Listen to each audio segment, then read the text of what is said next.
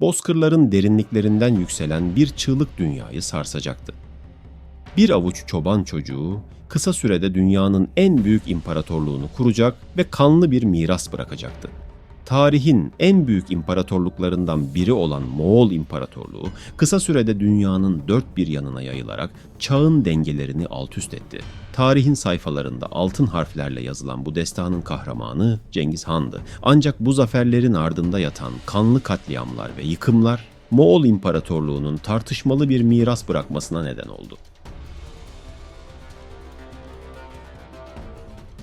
Moğol İmparatorluğu'nun kurucusu Cengiz Han, yani asıl adıyla Temuçin, genç yaşta babasını kaybetmiş ve kabilesi tarafından dışlanmış bir çocuktu. Ancak zekası, kararlılığı ve savaşçı ruhu sayesinde kısa sürede saygınlık kazandı. At üstündeki becerileri, taktik dehası ve acımasızlığıyla kısa sürede bölgenin en güçlü lideri haline geldi.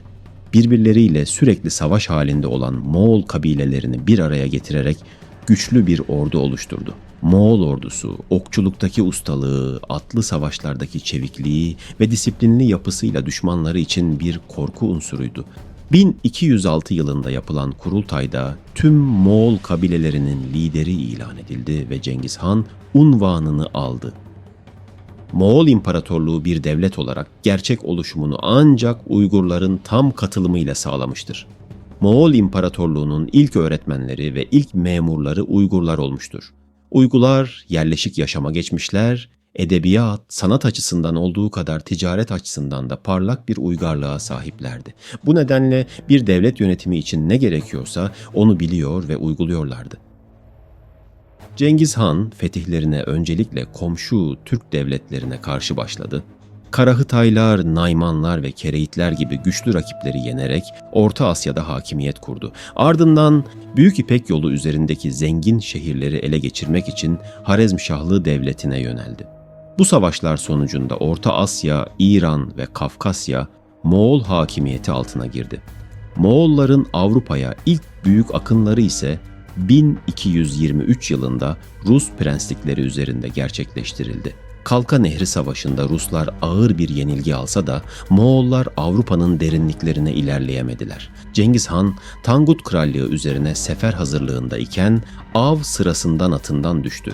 Karın bölgesinde çok önemli ağrıları vardı ve ateşi çok yüksekti.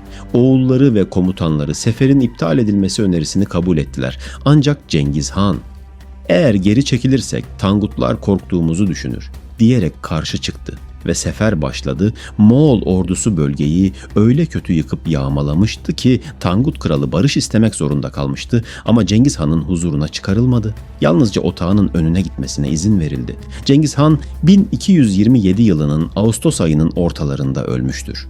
Neden öldüğü ve nereye gömüldüğü halen sırrını koruyan bir konudur.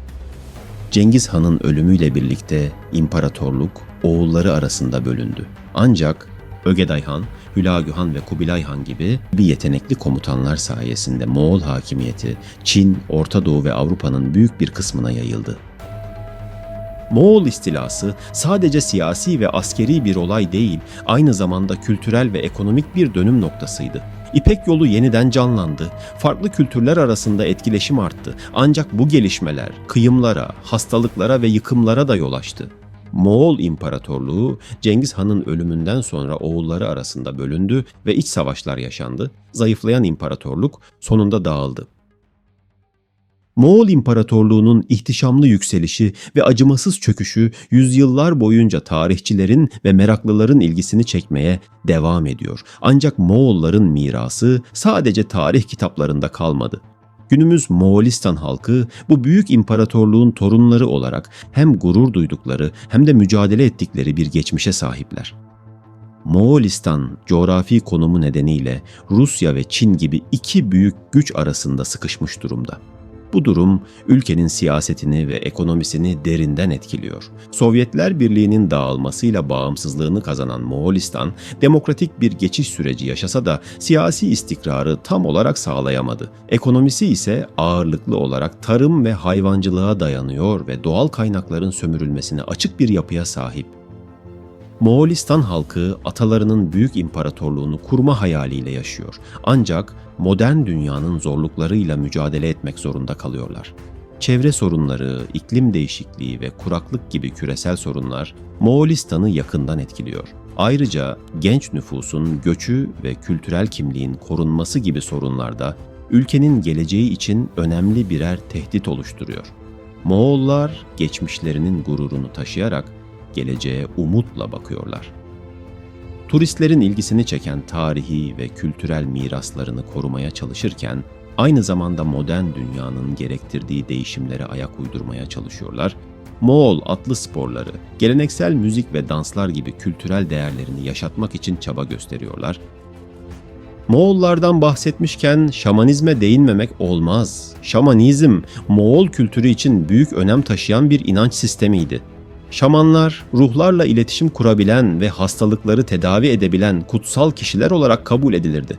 Şamanların dini liderlik, iyileştirme şifa, kehanet ve doğayla ilişkiler gibi görevleri vardı. Şamanizm, Moğol yaşamının her alanında etkiliydi ve savaş öncesi ritüellerden günlük hayata kadar birçok alanda önemli bir rol oynardı. Şamanlar, atalarıyla iletişim kurarak geleceği görebileceklerine inanılırdı. Moğol İmparatorluğu'nun çöküşüyle birlikte şamanizm de gerilemeye başladı. Fethettikleri topraklardaki diğer dinlerin etkisiyle şamanizm zamanla değişti ve diğer inançlarla karışarak yeni bir hal aldı. Ancak Moğol kültüründe hala önemli bir yere sahiptir. Günümüzde Moğolistan'da şamanizm hala yaşamaktadır. Ancak modern yaşamın etkisiyle geleneksel uygulamaların bazıları değişmiştir. Şamanlar turizm sektöründe de yer alarak kültürlerini tanıtmaktadırlar. Günümüzde Moğolistan, atalarının büyük imparatorluğunun gölgesinde küçük bir ülke olarak varlığını sürdürüyor. Zengin doğal kaynaklarına rağmen ekonomik zorluklarla mücadele ediyor. Ancak Moğol kültürü ve mirası dünya genelinde hala büyük bir ilgi görüyor. İzlediğiniz için teşekkürler. Yeniden buluşuncaya dek hoşça kalın.